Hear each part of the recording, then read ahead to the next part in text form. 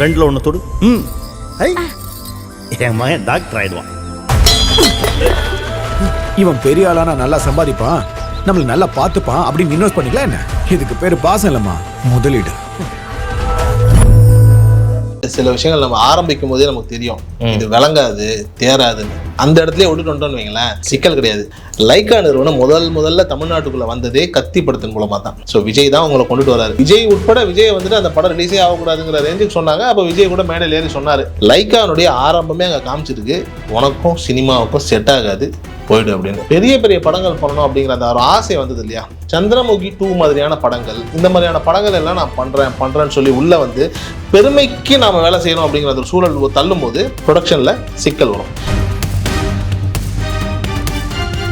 விடாமுயற்சி என்ன ஆச்சுன்னு நம்ம பார்த்தோம். படம் நல்லா இருந்துச்சு, ஆனா படம் வந்துட்டு நிறுவனத்துக்கு லாஸ். லைக்கானுடைய முடிவு என்னவா இருக்கு அப்படின்னா, சங்கர் வச்சு படம் பண்ணா ஹிட், கமலை வச்சு படம் பண்ணா ஹிட், அஜித் வச்சு படம் பண்ணா ஹிட்டுங்கிற இந்த நம்பிக்கையில தான் போறாங்களே தவிர்த்து கதையை வச்சு படம் பண்ணாதான் ஹிட்டுங்கிற அந்த ஒரு நம்பிக்கையை அவங்களுடைய பார்வையில அது குறைஞ்சு போச்சு. ஆனா இதை தாண்டி எத்தனை வெற்றி படம் கொடுத்துச்சு அப்படின்னு பார்த்தோம் அப்படின்னா, தர்பார்ல தொடங்கி ஒவ்வொரு இடத்துலயுமே ஒரு 40 கோடி 50 கோடி, இப்ப அடுத்து வேட்டையன்ல லாஸ், எல்லா விதமான இடங்கள்லயுமே லாஸ்ன்னு போய்கிட்டு இருந்ததனுடைய லாஸனுடைய அடுத்த உச்சம் தான் இந்தியன் 2. எனக்கு தெரிஞ்சு வந்துட்டு குப்பையில கையை விட்டா கூட அதுல இருந்து ஒரு முத்தையோ மாணிக்கையோ எடுத்துட்டு வெளியில வர்றது தான் ரெட்னேட்டுடைய வேலை.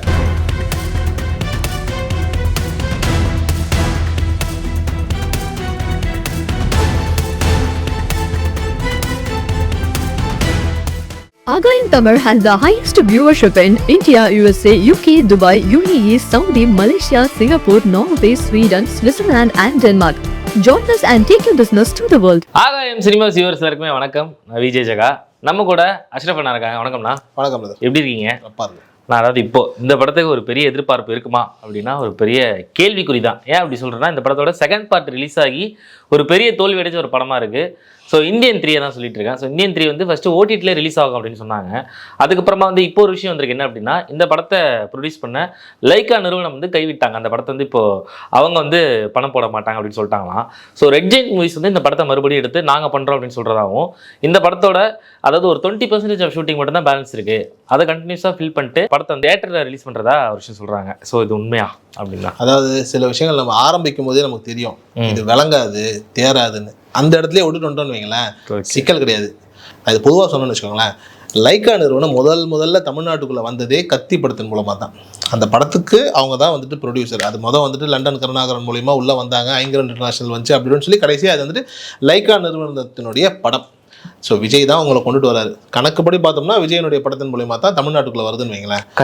கத்தி படம் தான் முதல்ல லைக்காவுடைய முதல் தமிழ் படம். இங்கே அங்கே வரும்போதே ஏகப்பட்ட சிக்கல் அந்த ப்ரொடக்ஷன் ஹவுஸுக்கு. அவர் வந்துட்டு ராஜபக்சேனுடைய பினாமின்னு ஒரு சாரார், இன்னொரு சாரார் வந்துட்டு ஒரு தமிழரே இல்லை அங்கே வரக்கூடாது இங்கே வரக்கூடாது, ஒரு இலங்கை இது என்னென்னமோ பேசி கடைசியாக என்ன பண்ணிட்டாங்க அப்படின்னா, ஏகப்பட்ட சர்ச்சை. விஜய் உட்பட விஜய் வந்துட்டு அந்த படம் ரிலீஸே ஆகக்கூடாதுங்கிற ரேஞ்சுக்கு சொன்னாங்க. அப்போ விஜய் கூட மேடையில் ஏறி சொன்னார், நான் வந்துட்டு தியாகியான்னு தெரியலங்க, ஆனால் நிச்சயமாக துரோகி கிடையாது அப்படின்னு சொல்லி மக்களை பார்த்து சொன்னார்.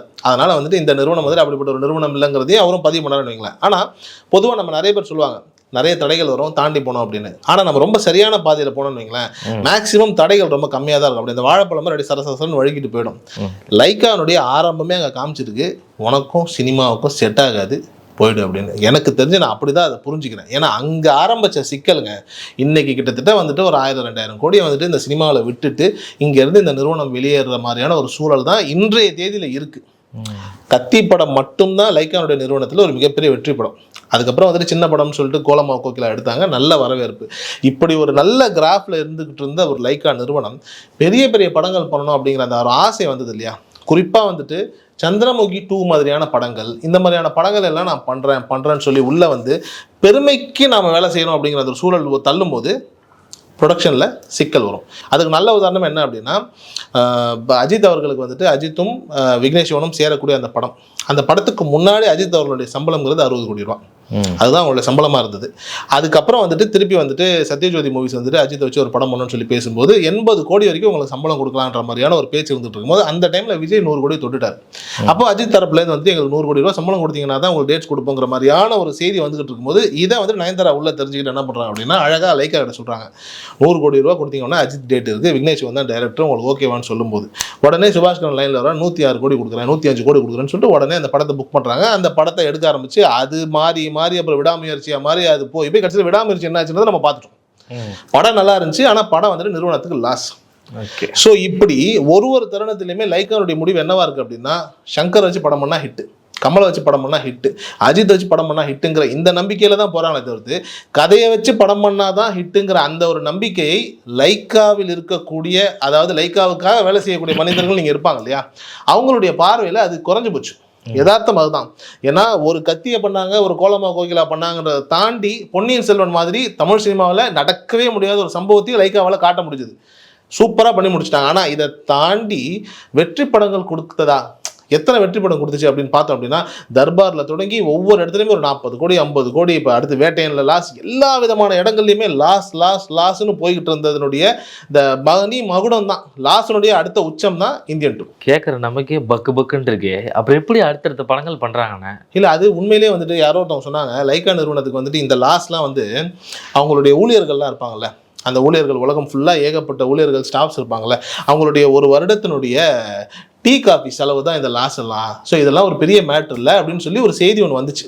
ஓகே. ஸோ அதனால வந்துட்டு இந்த பாதிப்பு, இந்த லாஸ் எல்லாம் அவங்களை ஒன்றும் பண்ணாது அப்படின்னு. ஆனால் இருந்தாலும் என்னதான் டீ காஃபி செலவாக இருந்தால் கூட வருஷ கணக்கில் எல்லா டீ காஃபியும் தூக்கி ஊற்றிக்கிட்டே இருந்தீங்கன்னா அது ஒரு டைம் அது மிகப்பெரிய ஒரு ரெவன்யூவாக தான் வரும். அது உங்களை காவு வாங்குறதுக்கான சூழல் வர்றதுக்கு வாய்ப்பு இருக்கு. அதுக்கு பயந்ததுனால தான் இப்போ இந்தியன் 3ல இருந்தா அவங்க வெளியே போயிட்டு தான். ஆமா, அது ஒரு வழியா இப்பதான் வந்துட்டு யாரோ சொல்லி இதுக்கு மேலேயும் நாம இதை பிடிச்சி வச்சிருக்க வேணாம், தள்ளி விட்டுருவோம், தயவுசெய்து இங்கே இது வெளியேறுவோம்னு யாரோ சொன்னாங்களா என்னன்னு தெரியல. இந்தியன் 3லேருந்து லைக்கா வெளியேறி ரெட் ஜெயண்டே வந்துட்டு அதை எடுத்துக்குது. ஆனால் இங்கேயும் வந்துட்டு லைக்கா வந்துட்டு ஒரு தவறான முடிவு தான் எடுக்குதோ அப்படிங்கிற ஒரு கேள்வி தான் இருக்குது. ஏன்னா என்ன காரணம் அப்படின்னா, நல்லா இல்லாத நல்லா ஓடாத இந்தியன் 2 எடுத்துட்டாங்க, நல்லா ஓட போகிற இந்தியன் 3 எடுக்காமல் வெளியில் போயிட்டாங்களா அப்படிங்கிற அந்த ஒரு பார்வையும் இருக்குல்ல. ஏன்னா கமல்ல இருந்து எல்லாரும் சொன்னது என்னன்னா, நான் இந்தியன் 3க்கு தான் வெயிட் பண்றேன். தியேட்டர்லயே ஸ்டார்டிங்ல இருந்து கத்தாம படம் முடிய போற டைம்ல அந்த இந்தியன் 3க்கான ஒரு சின்ன ட்ரெய்லர் சீன்ஸ் விட்டுருந்தாங்க இந்தியன் 2 அப்போ. ஸோ அதுக்கு தான் தேட்டரில் எல்லாருமே வந்து கத்தி என்ஜாய் பண்ணிட்டு இருந்தாங்க. ஸோ நீங்கள் சொன்ன மாதிரி இல்லை உண்மைதான், இந்தியன் 3க்காக தான் கமல்ல இருந்து எல்லாருமே சொல்கிறேன். இப்போ கமல் வந்துட்டு அவருக்கு திரைக்கதையிலையும் சரி படத்தினுடைய வெற்றியிலையும் சரி ஒரு நல்ல ஞானம் உண்டு. அவரே என்ன சொல்றாரு, அவர் நிச்சயமா ஒரு இந்தியன் 2 பார்த்துருப்பாரு. பார்த்துக்கப்ப என்ன சொல்லியிருப்பாரு, இந்தியன் 3 தாங்க நல்லா இருக்கு, அதையே சேர்த்து விட்டுருக்காரு. அது சொல்லிட்டாரு, பிரஸ் மீட்லேயே சொல்லிட்டாரு. அடுத்த பார்ட்டுக்கு தான் வெயிட் பண்ணுறேன்னு சொன்னதுதான் ஒரு பெரிய இஷ்யூ ஆச்சு இல்லையா. அப்போ அவருக்கே தெரியுது. ஆனால் இந்த இடத்துல யோசிச்சு பாருங்களேன், இப்போ லைக்காக வந்துட்டு அடுத்து ஒரு 20 கோடியோ 40 கோடியோ என்னமோ வந்துட்டு இந்தியன் 3க்கான செலவு இருக்குன்னு வைங்களேன். அந்த செலவை நம்ம ஏன் பண்ணிக்கிட்டு போனது போட்டுன்னு சொல்லிட்டு அப்படியே விட்டுட்டு போயிடலான்னு பார்க்கும்போது ரெட் ஜெயண்ட் ஒரு விஷயத்தை எடுக்குதுன்னு வைங்களேன். ரெட் ஜெயண்டினுடைய பிரில்லியன்ஸ் என்ன அப்படின்னா, எதை செஞ்சாலும் தெளிவாக தான் செய்கிறாங்க. எனக்கு தெரிஞ்சு வந்துட்டு குப்பையில் கையை விட்டா கூட அதுலேருந்து ஒரு முத்தையோ மாணிக்கையோ எடுத்துகிட்டு வெளியில் வர்றது தான் ரெட் ஜெயண்டினுடைய வேலை. ரொம்ப தெளிவாக இருக்காங்க. ரெட் ஜெயண்ட் கூட வந்துட்டு அண்மையில் வந்துட்டு நம்ம பார்க்குறோம், எல்லா படங்களுக்கும் டிஸ்ட்ரிபியூஷன் பண்ணுறாங்க அப்படின்னா எந்த படத்துக்கும் அவங்க முதலீடு போடுறதே கிடையாது. அழகாக அந்த படத்தை எடுத்து தியேட்டரில் போட்டு தியேட்டர்லேருந்து அவங்களுக்கு வந்துட்டு ரெவன்யூவை கலெக்ட் பண்ணி அந்த ப்ரொடியூசர்கிட்ட கொடுத்துட்டு அதில் ஒரு கமிஷன் வாங்கிட்டு போயிடுறாங்க. இதில் எந்த தருணத்துலையுமே எந்த இடத்துலையுமே ரெட் ஜெயண்ட் வந்துட்டு முதலீடு பண்ணவே இல்லை. ஸோ ரொம்ப தெளிவாக இருக்காங்க.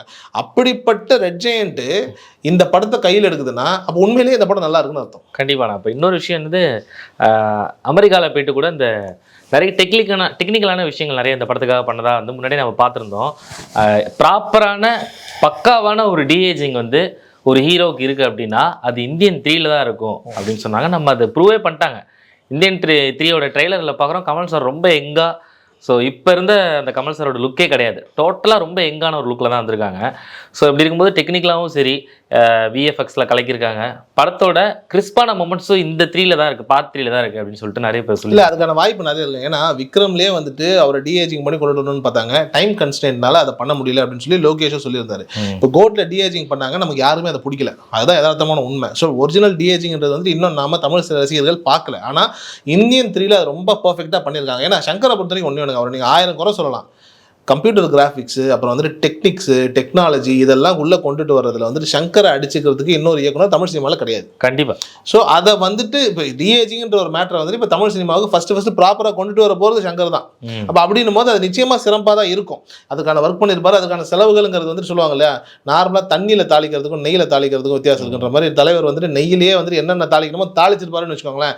ஸோ நல்லா தான் இருக்கும். ஆனால் அதுக்கான பட்ஜெட் ஒன்று இருக்கு இல்லையா. ஏற்கனவே லைக்காவினுடைய நிறுவனத்தினுடைய லாஸ், அது லாஸ் ஆகி ஒரு இடத்த போய் நின்றுட்டு இருக்கு. சரி, இதுக்கப்புறமும் வந்துட்டு பெரிய படங்கள் வேண்டாம் அப்படிங்கிற அந்த ஒரு சரியான முடிவு தான். பட் அது இந்தியன் 3க்கு மட்டும் அந்த முடிவை தள்ளி வச்சிருக்கிறதுக்கான வாய்ப்புகள் எடுத்திருக்கலாம். தள்ளி வச்சிருந்துட்டு இந்த படத்தை பண்ணி பார்த்துருவோம் அப்படின்னு சொல்லி பண்ணியிருந்துருக்கலாம். ஆனால் எனக்கு இந்தியன் 3 வேணாம்னு சொல்லி விட்டுட்டு வெளியேறாங்க. ஆனால் இதை விட்டுட்டு வெளியேறின லைக்கா இப்போ சஞ்சயனுடைய ஃபர்ஸ்ட் படம், அதாவது விஜயனுடைய மகன் சஞ்சயனுடைய ஃபர்ஸ்ட் படத்துக்கு ஷூட்டிங் போயிட்டாங்க. ஒரு 3 நாள் வந்துட்டு தண்டையார்பேட்டில் ஷூட்டிங் நடக்குது. அப்போ அந்த படத்தினுடைய ஷூட்டிங் எல்லாம் லைக்கா ரெகுலராக பண்ணுது. ஒரு சின்ன படம், அந்த படத்துக்கான ஷூட்டிங்கை பண்ணிடலாம், பிரச்சனை கிடையாது. ஆனால் பெரிய ஹீரோஸ் வச்சு பண்ணுறதை வந்துட்டு கொஞ்சம் தவிர்த்துக்கலாம் அப்படிங்கிற இந்த முடிவை ஒரு இடத்துல ஒரு காமெடி சொன்னால இதையே இப்போ தான் கண்டுபிடிக்கிறாங்களா அப்படின்னு. உண்மையிலேயே ரொம்ப லேட்டாக கண்டுபிடிச்சிருக்காங்க. ஏன்னா லைக்கா மாதிரியான நிறுவனம்லாம் ஏஜிஎஸ் மாதிரியான நிறுவனத்தை பார்த்து தான் வந்துட்டு பாடம் கற்றுக்கணும். நம்ம லோக்கலா நம்ம ஊருக்கு என்ன வேணும் அப்படிங்கிறத பர்ஃபெக்டா பண்ணக்கூடிய ஒரு நிறுவனம் தான் ஏஜிஎஸ். கண்டிப்பா ஹாட்ரிக் ஹிட் இல்லையா? ஆமா பாருங்களேன், லவ் டுடேல வந்துட்டு பிரதீப் உள்ள கொண்டு வராங்க. அது அவரை வச்சே ஒரு டிராகன் மாதிரியான ஒரு படத்தை எடுக்கிறாங்க. நடுவில் கோட் மாதிரி ஒரு பெரிய படத்தையும் பண்றாங்க. பேலன்ஸ் பண்றாங்க இல்லையா? கண்டிப்பா. இப்ப 50 கோடிக்கு மேல போயிட்டு இருக்கு டிராகன் படம். ஆமா, எக்ஸ்ட்ராடனரியான ஒரு வசூல், பெரிய ஒரு வசூல் இந்த படம். அது எவ்வளவு பெரிய ஒரு சாதனை. அது இப்போ ஒரு 30 கோடி 35 கோடி ஒரு படத்தை வந்துட்டு எடுக்கிறாங்கன்னு சொல்றாங்க. ஒரு 3 நாள் 4 நாளே 50 கோடி வசூல் பண்ணுது அப்படின்னா அப்ப அதனுடைய கேன்வாஸ் என்னவா இருக்கும், அது எங்க போய் நிக்கும்ன்ற ஒரு கேள்வி இருக்கு. இத்தனைக்கும் படம் சூப்பரா இருக்கு, ரிப்பீட் ஆடியன்ஸ் வந்துட்டு இருக்காங்க. ஸோ இதெல்லாம் தான் ஒரு தயாரிப்பாளருக்கு தேவையான ஒரு குவாலிட்டியா இருக்கு. வெறும் காசு பணம் கொடுத்துட்டோம், நம்மளுக்காக ஒரு 100 பேர் கீழே இறங்கி வேலை பார்ப்பாங்க அப்படின்னா அப்படி கிடையாது. அப்படி எவனும் வேலை பார்க்க மாட்டான். அந்த இடத்துல நாம இருக்கணும், நமக்கான ஆட்கள் யாருங்கிறத பார்த்து வைக்கணுங்கிற அந்த ஒரு இடத்துல லைக்கா தோத்துருச்சு. அதை ஏஜிஎஸ் கேட்ச் பண்ணிடுச்சு. ஸோ இப்போ வந்துட்டு லைக்கா மீண்டும் வந்துட்டு சரி இது சரிப்பட்டு வராது, சின்ன படங்களுக்கு மட்டும் இப்போதைக்கு பார்ப்போங்கிற அந்த ஒரு முடிவுக்கு வந்திருக்க மாதிரியான ஒரு உணர்வு. அதனுடைய ஆரம்பமாக தான் இந்தியன் 3 வேணாம்னு சொல்லி தள்ளிட்டு சஞ்சயனுடைய படத்துக்கு ஷூட்டிங் போயிட்டு இருக்காங்க. ஓகேண்ணா. ஸோ இப்போ எல்லாருமே படக்குழுவினர்களே வந்து கமல் சாருக்காக தான் வெயிட் பண்ணுறதா சொன்னாங்க. ஸோ ஓவராலாக இந்த படமும் எப்படி வரப்போகுது அப்படின்றத வெயிட் பண்ணி பார்த்துக்கலாம். நிச்சயமா. தேங்க்யூ ஸோ மச்ண்ணா. நன்றி.